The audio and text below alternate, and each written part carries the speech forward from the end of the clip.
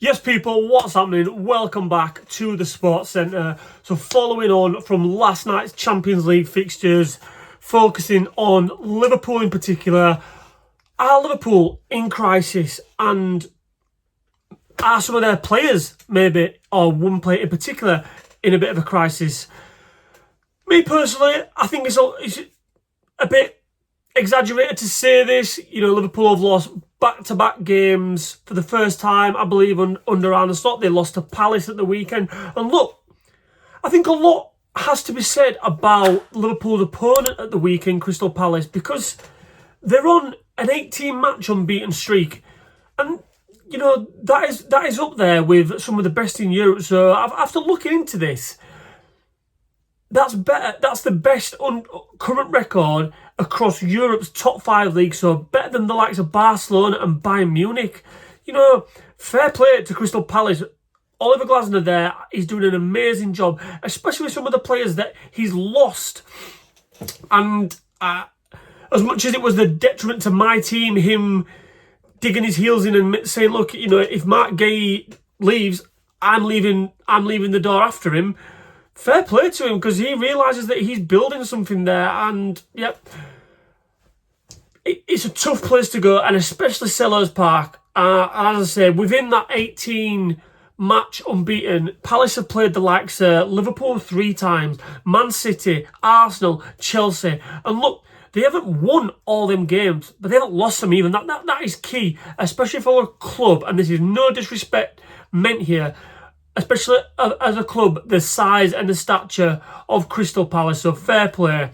And fast forward to last night. So Galatasaray away, tough place to go. Not so much from a football point of view, although there wasn't much fucking football getting played from Galatasaray. It was an awful watch. It was a really bad watch. But hostile atmosphere. And look, do I think it was a penalty? I don't think so. It was a soft penalty. It was a trailing. I'm not even going to say a trailing arm. It was a trailing finger that kind of got brushed across the striker's face. And look, you know, it went down. He bought the penalty. I don't think the ref was up to much, but ultimately Liverpool wasn't up to much over the 90 minutes, really, and they didn't deserve anything out of the game, if truth be told. I thought they actually did all right in the first half. They didn't do too bad.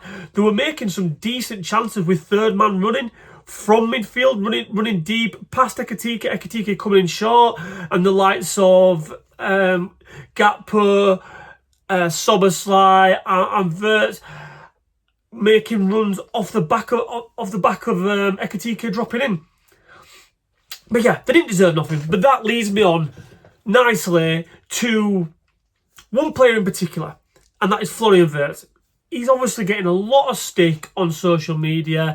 The microscope is well and truly on him because of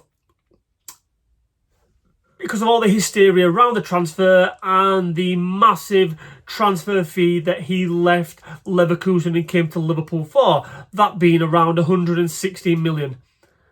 But me personally, I go to watch Liverpool week in, week out. I see the signs that Florian Wirtz is technically an unbelievable player, and I have no doubts that his skill set is going to shine through in a big way, and when it clicks for him, he's going to be a dangerous and a naughty player for Liverpool. I really do think that.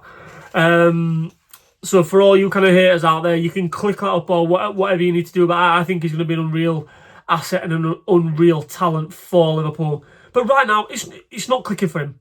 It's not clicking, and people are saying that he's not really doing much. He's created, I think, the most chances in the Premier League season this year. I think he's top of that list, or joint top with Jack Grealish maybe, with 21 chances. Bryan Bremo, I think, is underneath him with 19. So I dare say that for a few occasions of bad finishing, he would have got potentially 2, 3, maybe 4 assists by now for Liverpool. But fair enough, he hasn't. He's got 0 goals, 0 assists. But his running stats are amazing as well. The guy is constantly on the move. He's always looking to drop into little pockets. He's a technically gifted player. He's a really intelligent footballer. However, do I think that Florian Wirtz is the victim of, or he's the architect maybe of his own, I won't say downfall, but the criticism that's coming at him. And I think so, yes. And the reason why I say this, and it's similar to what Steven Gerrard used to do, in where he's that good that the manager kind of moves them about to shoehorn other players in. And I think Arne Slot has got a problem here. Because Florian Wirtz is an out-and-out number 10, and I think. And those number 10s, we're talking like Kevin De Bruyne's, your David Silva in his peak. They hover around your front line, and they pick up in between the lines of your striker and your midfield, and they play in those pockets. That's where Florian Wirtz is best. I have no doubt about that. That's where he started for Liverpool. But that came then to the detriment of the likes of Alexis McAllister, Curtis Jones, or Dominic Szoboszlai.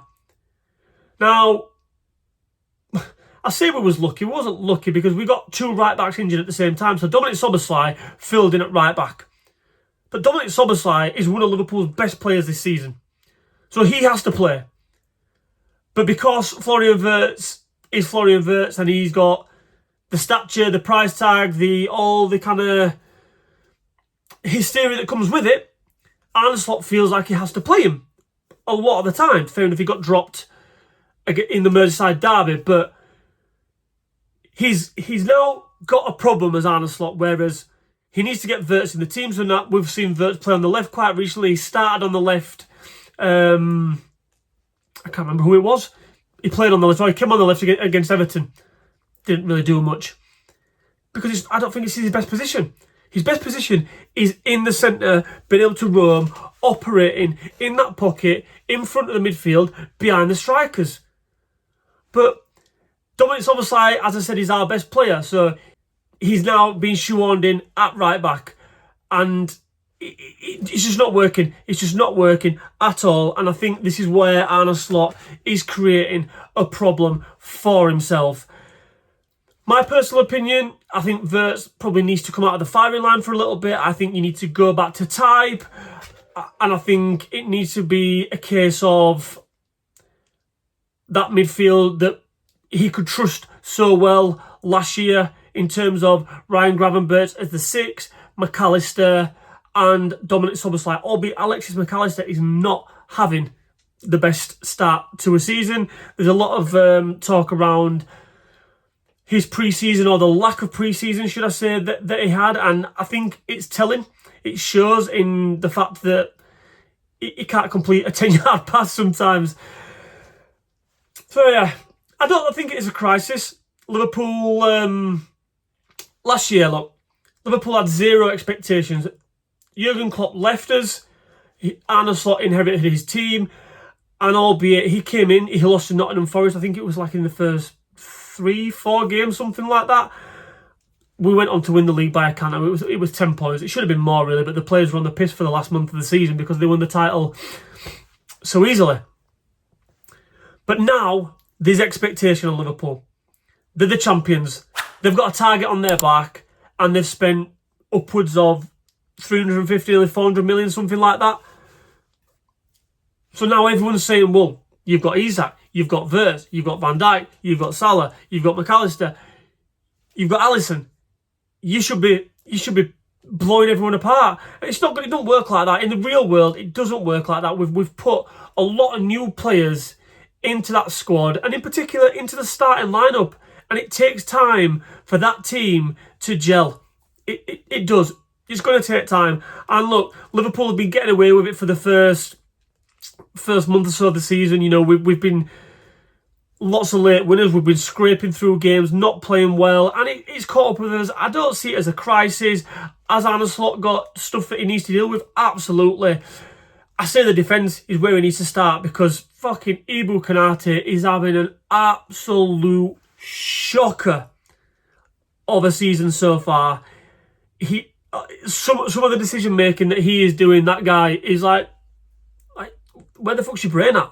Where is your brain? Because it's just not working for him. And I think we're going to see at the weekend, a different Liverpool against Chelsea.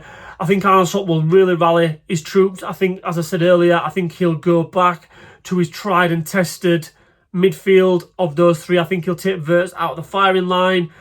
I think it's potentially time to unleash Isak, get him up to speed, because he's struggling as well. And, we all know that he's probably not had the greatest of pre-seasons. Yes, he's been training on his own, and he's been doing whatever he has been doing as per Newcastle's programme for when he was, but ultimately he won't have got that match sharpness. So the only way to get that is for him to be playing. So I think it's some time that we need to start him. We need to give him some ammunition, really. We need to give him chances to be able to put the ball in the back of the net, because you give him chances, 9 times out of 10, that guy is going to score. So for those Liverpool fans out there, for those Liverpool fans in particular, I don't think it's time to panic. I think we all just need to calm down and realise that a sense of realisation, and it's going to take time for all these players to gel. I think people who are not Liverpool fans kind of keep doing your thing, because I think at the end of the day, Liverpool will be up there fighting for the league with Arsenal, probably with Man City as well. And look, it's football. We're football fans. We're all impatient. We want everything yesterday. And I'm no different to a certain extent. But I think on reflection, when you look back kind of through everything that's happened, we just need to kind of just, let's just get back to basics. Let's just kind of all calm down and realise that it's only just gone October. There's a lot of football to play. Let me know what you guys think in the comments below. Do me a favour, if you've not already, make sure you hit that subscribe button. I'll catch you in a bit.